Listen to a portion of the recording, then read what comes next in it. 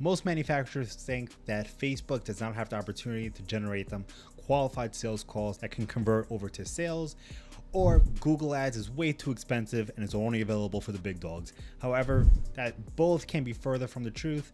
And in this video, I'm gonna be walking you through how we're doing this for a label manufacturer and converting sales calls into paying customers with a minimum $5,000 order value. So with that being said, let's dive right in. The account we've been working with been around since 1970, and they've relied on word of mouth, cold calling, referrals, and perhaps carrier pigeon. And before us, in this year, they started off advertising. However, they made the mistake to start off on LinkedIn, which is not a problem. However, they started working with one of their representatives.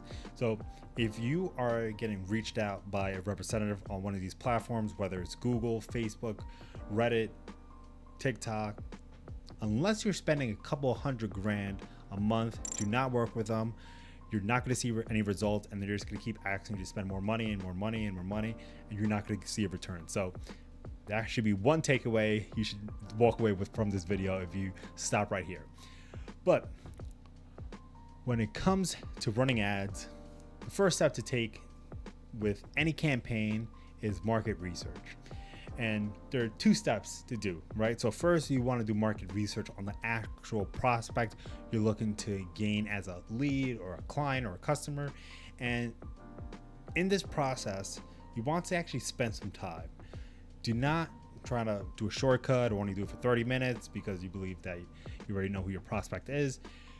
You want to go on Reddit, Quora, Facebook groups.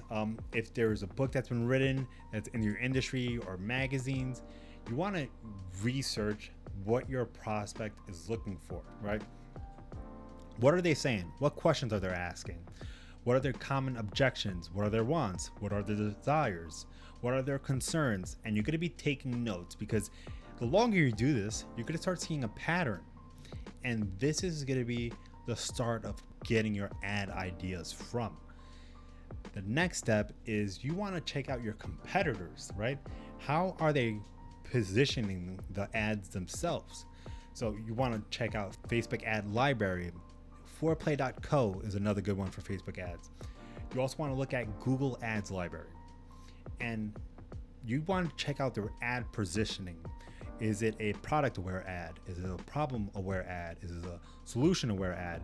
Because if majority of your prospects are in a solution aware ad and you are talking about a problem aware ad, it's going to be a hard spot to resonate, right? So make sure you understand where your prospect positioning is. Your competitor's ad positioning is, and start from there.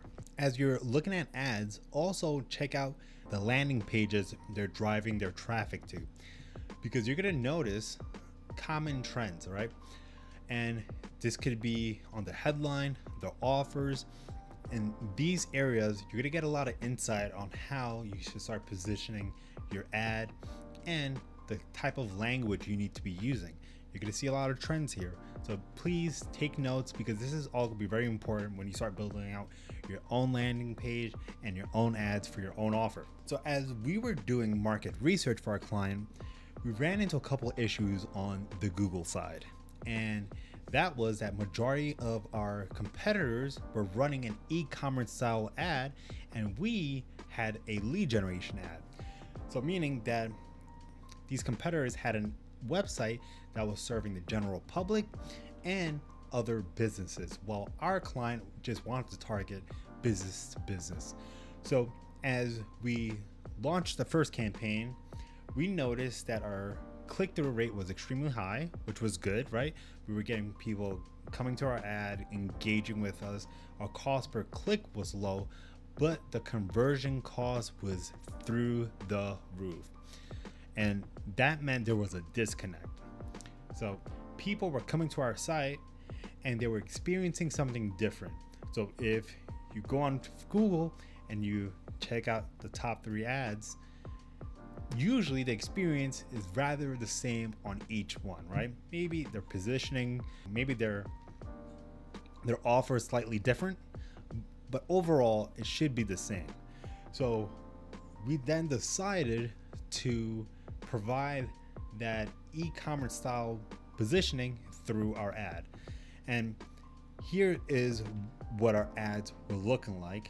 And when you go onto the back of Google, as you can see, we're testing 3 different ads, and the ad strength was all excellent, good. And as we scroll through, the interaction rate is great. The cost per click was pretty decent for B2B, but the acquisition cost was like $400, which was outrageous, especially in a campaign that we're receiving soft metrics that good. So we then decided to provide that e-commerce style experience by having a form that will allow them to select what kind of label they wanted, the size, the material, the finish, and the order size, as well letting them know that the minimum order is 10,000 or less. So as they add a product to a cart, then it will send them over to a new page where they would have to create an account to get their quote. And as they submitted that, it then brought them to a booking call section. Now, this is important because when it comes to running ads, what's going to give you the edge is technology. So on here where it says get my quote, it will bring them to a thank you page. And on that thank you page, that's where we had our pixel triggered. So once they click get my quote, it will send that data back to Google to let Google know this is the type of prospects we want. And then from there, we were able to lower that acquisition cost to $130 on this campaign. As you can see, as we were testing other campaigns, the cost per call was $224, but testing never ends. From there, we wanted to add another layer, and that was to advertise on Facebook and Instagram.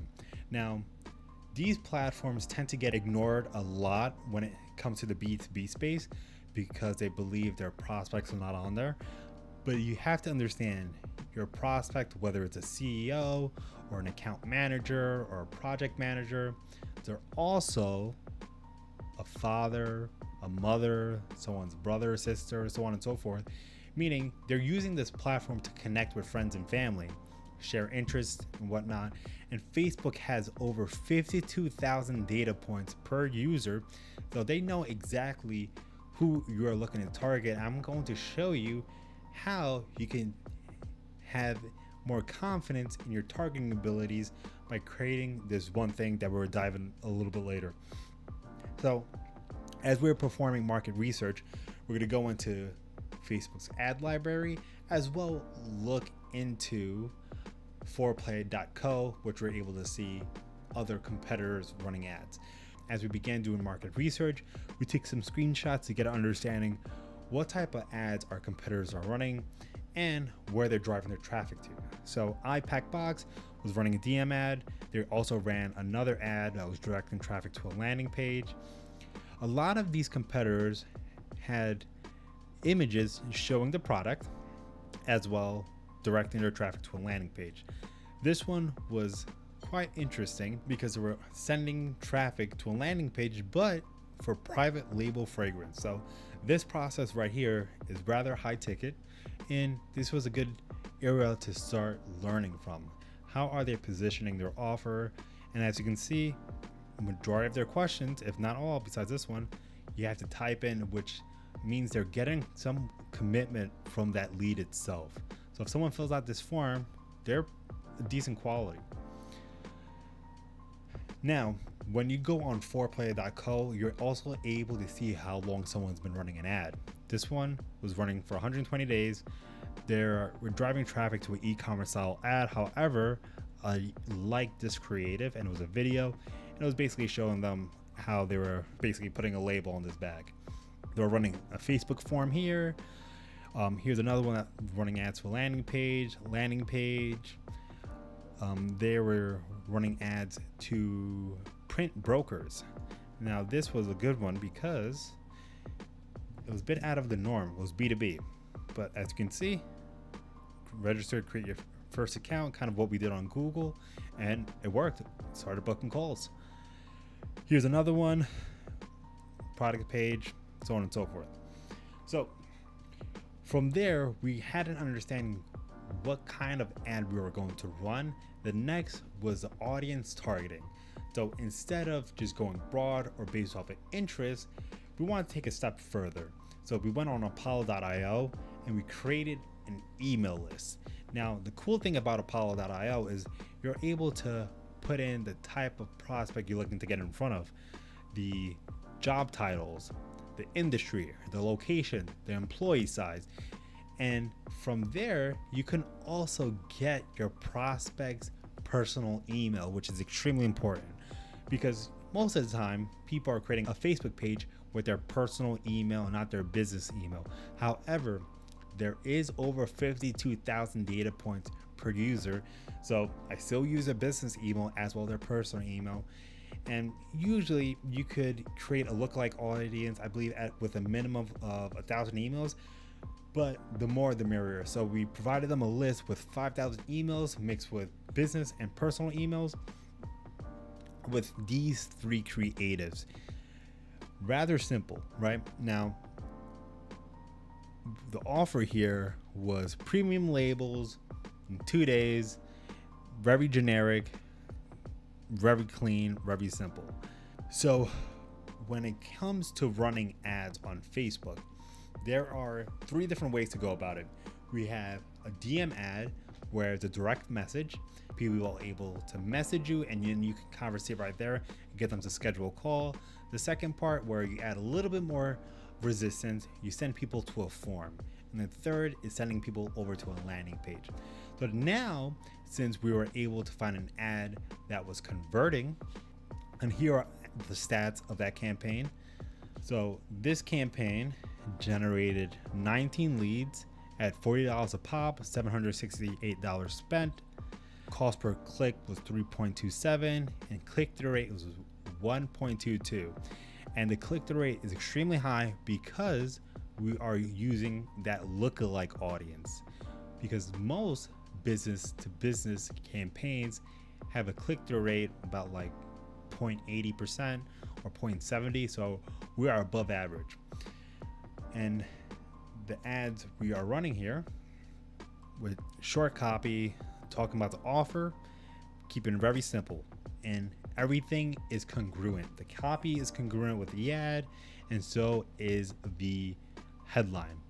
Next is our form. So as far as our form, the resistance is rather simple here. It's very low. It's a quick multiple choice selecting what industry they're in and their order size. As well, we're using conditional logic. If they're selecting under 10 labels, we're disqualifying them. But if they're more, then we move them over to the next step. Then they have to qualify their information by sliding this over, and then we will send them a DM. So all form submissions get directed over to a chat. So now we have 2 areas to contact them, or 3. We have their personal phone number, we have their work email, and then we have access to their personal Instagram or Facebook account that they message us on. Now, as you're running ads on this platform, you're also going to get people inquiring through direct messages, right? So here is an Instagram direct message. Someone inquired saying that they're also in a nearby area if they're able to provide labels for the specific drink. This person DM'd them saying, hey, I'm looking for this product. We're looking for a label solution for our Thai peanut sauce.